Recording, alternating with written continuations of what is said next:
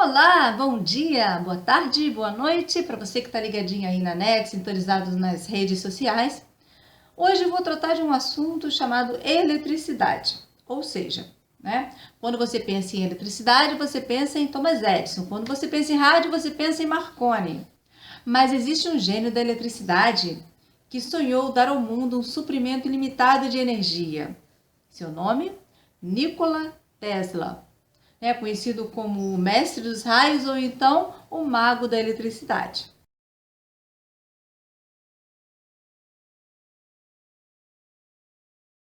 Nikola Tesla foi ele quem utilizou as forças das cataratas do Niágara com seu sistema de corrente alternada e tornou possível a transmissão de energia para toda a América e para o mundo.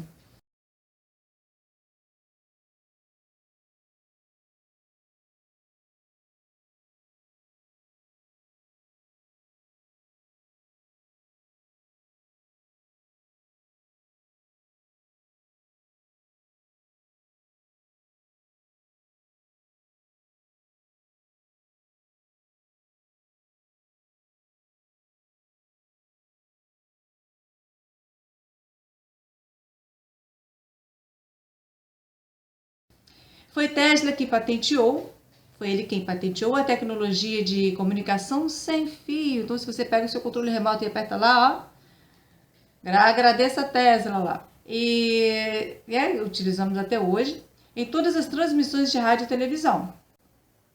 Então foi ele quem patenteou a tecnologia da comunicação sem fio, que é utilizada em todas as transmissões de rádio e televisão. Sim, esse incrível legado pode ser visto em tudo: no controle remoto, na iluminação neon e fluorescente, nos raios-x, nos mísseis guiados e até mesmo na iniciativa estratégica de defesa. Ele foi muitas das vezes ignorado pela história. Ele nasceu meia-noite entre 9 e 10 de julho de 1856 e, por coincidência, uma terrível tempestade elétrica ocorreu naquela noite que ele estava nascendo. Seus pais eram sérvios, na fronteira oriental, o Império Austro-Húngaro, atual Croácia. Seu pai era um padre ortodoxo que esperava que o filho seguisse sua profissão. Desde cedo, então, Tesla começou a mostrar extraordinária imaginação e ele tinha visões de imagens acompanhadas com fortes flashes de luz e ele não conseguia distinguir se era real ou não. Tesla era fascinado pelas cataratas do Niágara e ele imaginava uma grande roda, impulsionada pelas cataratas. Em 1877, com 21 anos, viajou para a Áustria para se inscrever na faculdade. Ali tornou-se obcecado pela ciência da eletricidade. Em 1831, na Inglaterra, Mike Faraday havia descoberto o princípio da indução eletromagnética que tornou possível a geração de eletricidade. Ele descobriu que se temos um circuito elétrico no campo magnético variado, uma corrente elétrica será induzida nesse circuito e percorrerá o fio que forma esse circuito. Então, esse cara aí, o Mike Faraday, em 1831 descobriu isso. E essa foi a invenção do método da corrente elétrica, da corrente alternada ou AC. E foi essa invenção desse cara aí, esse Mike Faraday, que Tesla transformou no sistema elétrico base da nossa civilização. Corrente alternada, AC. Não me pergunte porque eu não sou entendida desse negócio de eletricidade, mas eu achei muito interessante a história de Tesla. Em 1880, Tesla mudou-se para Budapeste, onde achou emprego no escritório central dos telégrafos. E a sua ideia de motor AC, ou seja, corrente alternada, começou a persegui-lo. Ele não tirava aquilo da cabeça. Aí Tesla chegou a Nova York em 6 de junho de 1884, com 28 anos, sonhava com sucesso. Ele queria fama, né? Então, com 28 anos, Tesla sonhava com o sucesso, E chegando em Nova York, ele achou que conseguiria, Pois não conseguiu sucesso na Alemanha e até mesmo parece também na França. Então ele viu que Thomas Edison poderia ajudá-lo, Nova York já tinha luz elétrica no final do século XIX. Thomas Edison instalou a primeira estação de corrente contínua na Pearl Street, próximo ao Distrito Financeiro, em 1882. Mas o esse sistema de eletricidade estava longe de ser perfeito. A eletricidade era algo novo e as pessoas tinham muito medo dela, né? Incêndios aconteciam, os cavalos nas ruas recebiam choques através das suas ferraduras, né? E metiam o pé, né? Disparavam.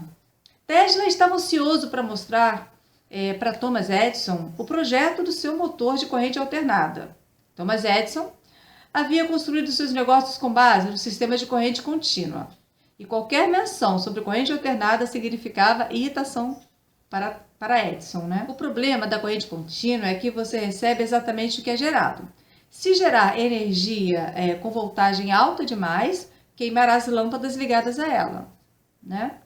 Ou seja, é muita areia para o caminhão. Apesar de suas diferenças, Thomas Edison contratou Tesla para melhorar o desempenho dos seus geradores de corrente contínua. Então, Thomas Edison chegou para Tesla e disse a ele que se ele obtivesse sucesso ali com os seus geradores de corrente contínua, Thomas Edison prometeu $50 mil para ele. Falou, ó, se você conseguir sucesso aí com os meus geradores, eu vou te dar $50 mil. Tesla falou, opa, é isso que eu estou querendo. Preciso de dinheiro, quero fome e sucesso. Como $50 mil abriu os olhos de Tesla, ele foi, botou mão, arregaçou as mangas e mandou ver. E Tesla conseguiu.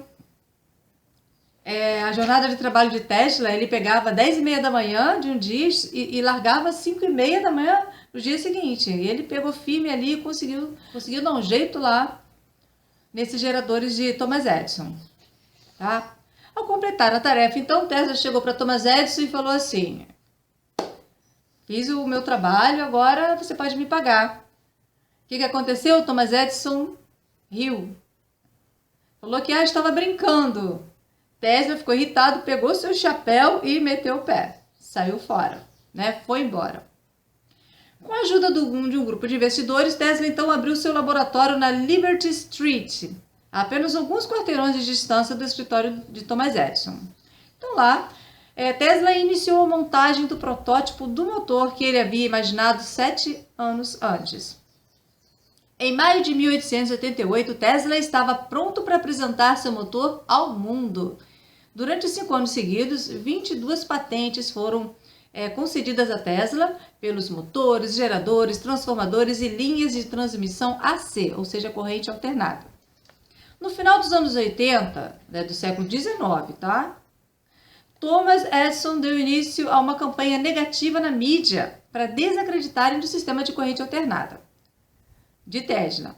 Isso ficou conhecido como a Guerra das Correntes. Aí ficando competindo lá e competindo cá. Os funcionários de Edison eletrocutavam animais em meio à praça pública para protestarem contra a corrente de alternada de Tesla.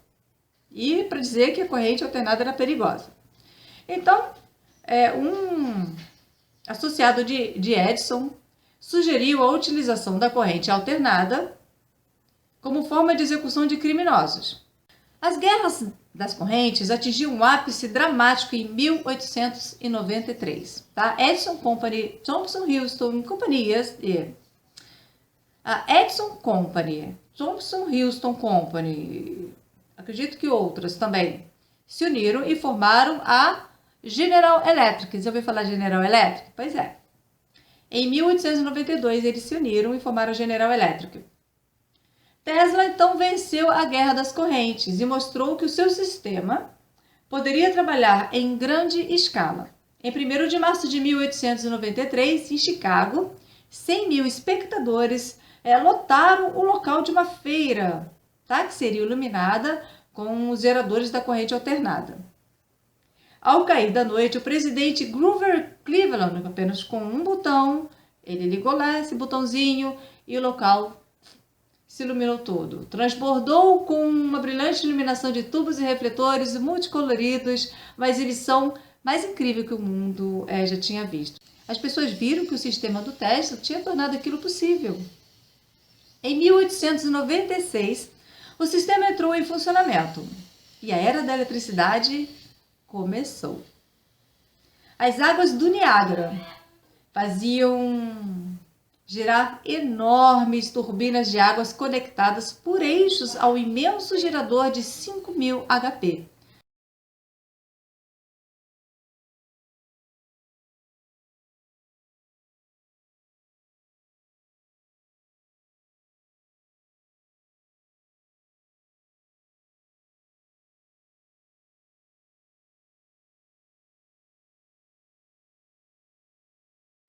Na virada do século, o cabeamento elétrico alcançava 540 quilômetros até Nova York. Também fazia experiências com eletricidade de alta frequência. Lembrando que em 1873, James Clerk Maxwell, na Inglaterra, havia provado matematicamente que a luz era uma radiação eletromagnética, tá? E a luz era a eletricidade vibrando a uma frequência extremamente alta.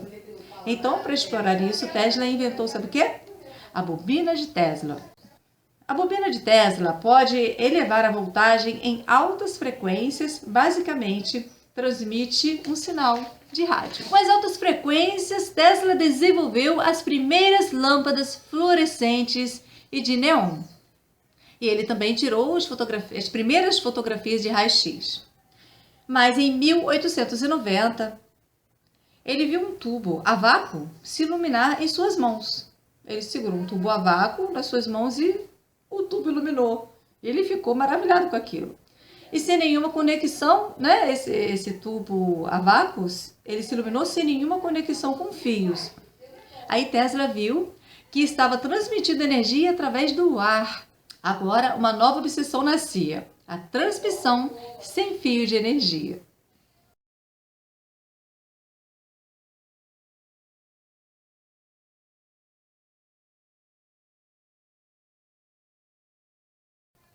Em 1892, Tesla foi à Europa apresentar resultados de seus experimentos com alta frequência. Em 1893, voltou a Nova York e se retirou da vida social. Tá, ele se recolheu ao seu laboratório na Quinta Avenida e ficou lá. E aí, fazendo seus testes, experiências, né, logo ele descobriu que os enrolamentos da bobina de Tesla podiam transmitir e receber poderosos sinais de rádio ao serem sintonizados para ressoar em uma mesma frequência. Sintonia é a chave de todas as transmissões de rádio e televisão. Em 15 de março de 1895, aconteceu uma tragédia, um incêndio no prédio que abrigava o laboratório de Tesla. Tudo foi perdido. Então surgiu um jovem cientista italiano chamado Guglielmo Marconi, que tinha construído um aparelho para telegrafia sem fio. Tá? Para evitar que Marconi se apropriasse de suas ideias, Tesla abriu um novo laboratório e se apressou para terminar seu próprio sistema de comunicação sem fio.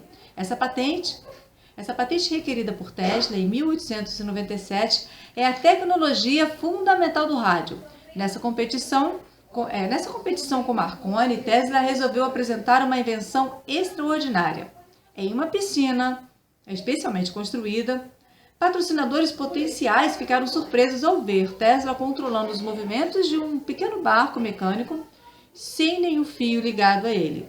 Esse foi o primeiro aparelho do mundo controlado por rádio em 1898. E aí ele foi lá e patenteou, né,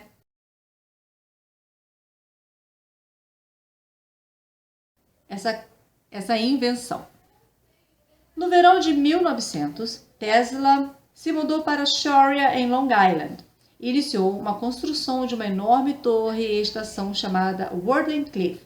Essa torre dos sonhos era feita inteiramente de grandes vigas de madeira e se erguia a 57 metros do chão.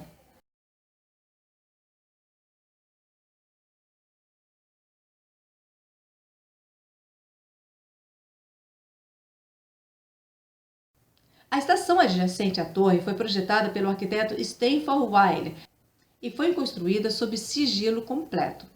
A intenção de Tesla, era propor um sistema mundial de comunicação sem fio com o propósito de unir as nações. Mas quando o JP Morgan, né, o patrocinador dele, descobriu que era para transmitir essa quantidade, né, de energia sem fio, quantidades industriais de energia elétrica, não mais patrocinou. Simplesmente falou que não dava mais.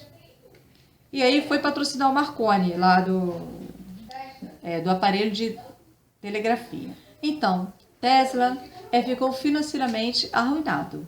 Até o dia de sua morte, Tesla acreditou que podia conseguir transmitir sem fio quantidades industriais de energia para o mundo. A intenção dele era de unir, né, os países, enfim, porque também surgiu as guerras.